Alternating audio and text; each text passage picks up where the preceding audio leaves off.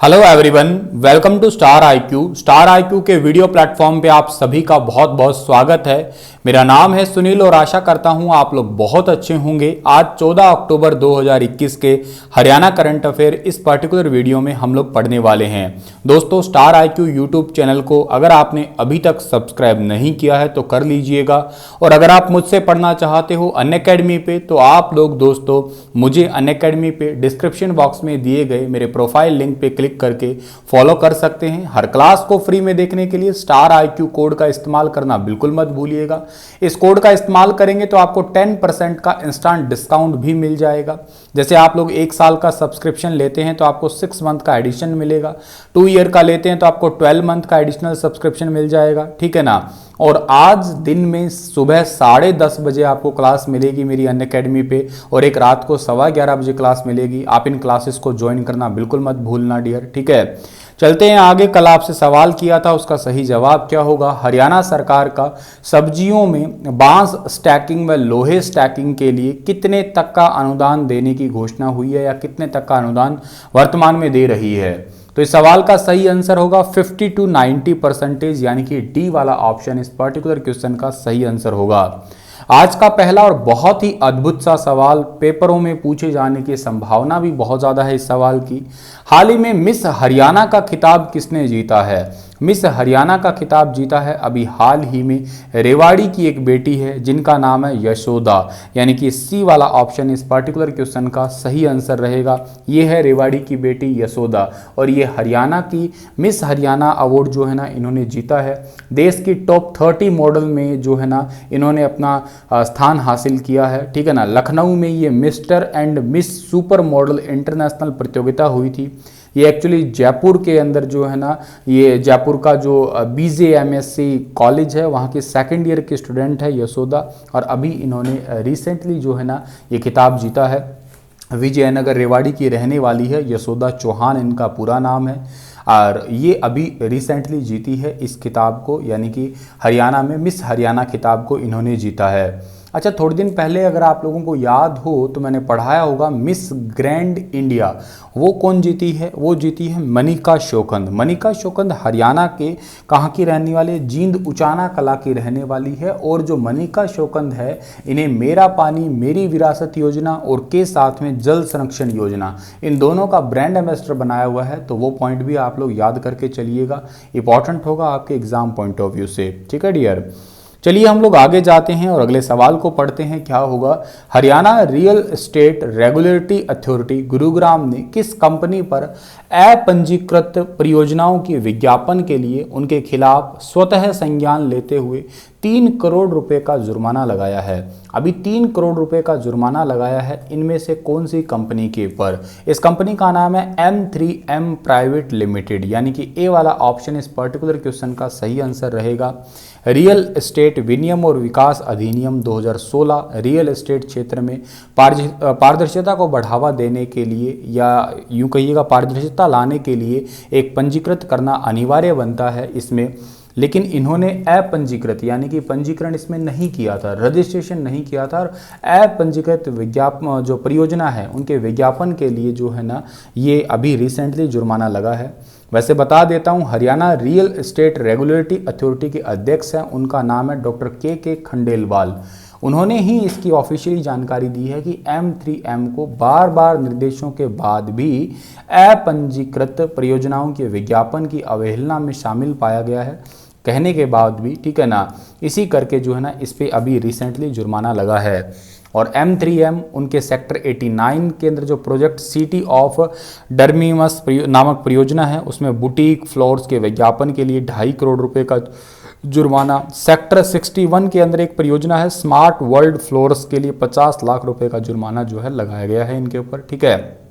के अलावा सेक्टर 61 के अंदर स्मार्ट वर्ल्ड डेवलपर्स और सुपोसा रियल कॉन प्राइवेट पर भी जो स्मार्ट वर्ल्ड प्रोजेक्ट में भागीदार है उन पे भी 50-50 लाख रुपए का जुर्माना लगाया गया है अभी रिसेंटली। तो इतनी बातें आप लोगों को यहाँ से याद कर लेनी है डियर, ठीक है। चलिए अगले सवाल की ओर जाते हैं हम लोग। तो जीएस इंटेलिजेंस 27 माह में input tax credit fraud Haryana में कितने प्रतिशत फ्रॉड हुआ है, मतलब हरियाणा के अंदर जो है ना फ्रॉड कितना हुआ है। तो हरियाणा में 18% जीएसटी का फ्रॉड हुआ है, ठीक है ना। 27 माह में देश का 18% input tax credit fraud Haryana में ही है। महाराष्ट्र के बाद सबसे ज़्यादा जीएसटी अफसरों ने बढ़ाई है। साल में 28,000 करोड़ की टोटल धोखाधड़ी हुई है। स्लाइड के माध्यम से समझिएगा, सबसे ज़्यादा फ्रॉड जो हुआ है वो महाराष्ट्र में हुआ है, उसके बाद तो आपा ही नंबर पे आते हैं, उसके बाद गुजरात है, फिर दिल्ली आता है और फिर उत्तराखंड आता है, ठीक है। ये जो ब्लू वाले आंकड़े हैं ये आंकड़े हैं 2019-20 के, और जो रेड वाले आंकड़े हैं ये 2020-21 के हैं, और ग्रीन वाले आंकड़े हैं 21-22 के हैं, ठीक है ना, जो आपको ये आंकड़े दिखाई जा रहे हैं। तो जीएसटी अधिकारियों की कुल कार्रवाई जो है ना है, और हरियाणा फ्रॉड की रिकवरी जो है ना ये कुछ इस तरीके से दिखाई गई है। कुल मुकदमे दर्ज हुए थे इतने इतने, और कुल आरोपी अरेस्ट कितने हुए ये इनकी लिस्ट भी यहाँ पे दिखाई गई है, ठीक है। ये पॉइंट आपके लिए बहुत ज़रूरी वाला पॉइंट है ये, ठीक है। तो टोटल जो है 27,871.15 करोड़ की धोखाधड़ी का पता लगा है। इसमें 18% फ्रॉड अपने हरियाणा का ही है, और इसके अंदर जो है वो तकरीबन 8,134.09 करोड़ हरियाणा में, और लगभग जो है ना 4,964.28 करोड़ का घपला हुआ है। मतलब इतने करोड़ में से इतने का घपला हरियाणा के अंदर ही हो गया है। तो ये भी एक पॉइंट आपको याद रखना है। उसके बाद में गुजरात का है, ठीक है ना, दिल्ली का है, ये तो आपको मैंने वैसे भी बता ही दिया। मेनली आपको हरियाणा का याद रख लेना है, ठीक है। चलिए जी, हरियाणा का ये आंकड़ा जरूर याद कर देना, 4964.28 करोड़ का घपला। इंटरनेशनल गीता महोत्सव 2021 को इस बार किस थीम पे मनाया जाएगा। पिछली बार इंटरनेशनल गीता महोत्सव जो है ना वो नहीं हो पाया था क्योंकि कोविड-19 की सिचुएशन थी, लेकिन इस बार फिर से ये लौटने जा रहा है, और इसका थीम रहेगा विश्व गुरु भारत, यानी कि सी वाला ऑप्शन इस सवाल का बिल्कुल ठीक रहेगा। 2 सालों के बाद ही कहिएगा एक प्रकार से। कुरुक्षेत्र की पहचान इंटरनेशनल गीता महोत्सव की भव्यता से ही है, और इस बार दिसंबर में ही होगा। हर साल दिसंबर में ही होता है, हालांकि हुआ तो पिछली बार भी था लेकिन वो ऑनलाइन था 17 से 25 दिसंबर के बीच में। और अब थोड़े टाइम पहले तो लग रहा था कि कोविड की सेकंड वेव आ गई है, इस करके संकट है, लेकिन अब सेकंड वेव का इतना असर है नहीं। इसी करके आम जनजीवन पटरी पे लौट ही चुका है। इसी करके इस बार का ये महोत्सव मनाया ही जा रहा है। ब्रह्म सरोवर पर 18 दिन का उत्सव होगा ये, ठीक है ना, 2 से 19 दिसंबर तक। पहले ही बहुत सारे इस पे कार्यक्रम होंगे, ऑनलाइन क्विज होगी, ठीक है ना, श्लोकाचरण होंगे, 48 कोसों के तीर्थों पे जयंती मनेगी, 48 कोस के तीर्थ को लेके एक प्रदर्शनी भी लगाई जाएगी स्पेशली, ठीक है ना। तो ये काफ़ी इंपॉर्टेंट है, इसकी तैयारियां अभी से स्टार्ट कर दी गई है, ठीक है ना, कि कैसे कैसे हरियाणा को जो है ना सजाना है, कैसे काम करना है। 14 दिसंबर को गीता जयंती 18 दिन का होगा, और मतलब 14 दिसंबर को गीता जयंती 18 दिन का होगा महोत्सव, और 5 दिन जो है ना इसके मेन मुख्य प्रोग्राम चलेंगे आपके। तो हरियाणा के अंदर लगभग 14 दिसंबर को मेन फंक्शन जो है ना होने वाला है, ठीक है। ब्रह्म सरोवर पे ही मेन फंक्शन होगा ये वाला, ठीक है। ब्रह्म सरोवर पे ही क्राफ्ट वगैरह का मेला भी लगा जाएगा।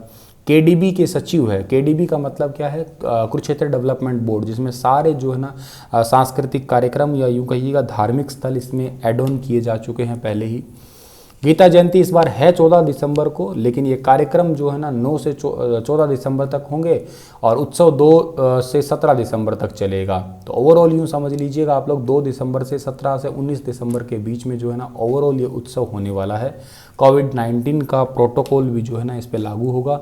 थीम मैंने बता ही दिया, विश्व गुरु भारत इस पे थीम रहेगा। आज़ादी के 75 वर्ष पूरे होने पे इसी वजह से ये थीम रखा गया है, ठीक है ना। 48 कोसों के अलग से कार्यक्रम होंगे यहाँ पे। तो काफ़ी इंपॉर्टेंट क्वेश्चन बनता है ये, हर साल पेपरों में पूछा भी जाता है यहाँ से सवाल।